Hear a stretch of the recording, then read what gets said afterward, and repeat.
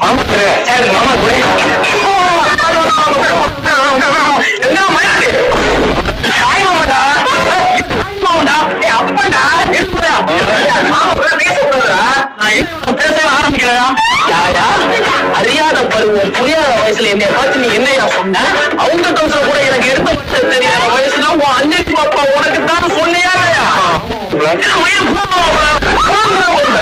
அந்த ஒரு ஆசையில இத்தனை நாள் காஞ்சி போய் தெரியும் அந்த வீட்டுக்குள்ள. சின்ன வயசுல மாமன் கூட போய் விளையாடு, மச்சான் கூட விளையாடு, மைதானத்து கூட விளையாடுன்னு அனுப்புற.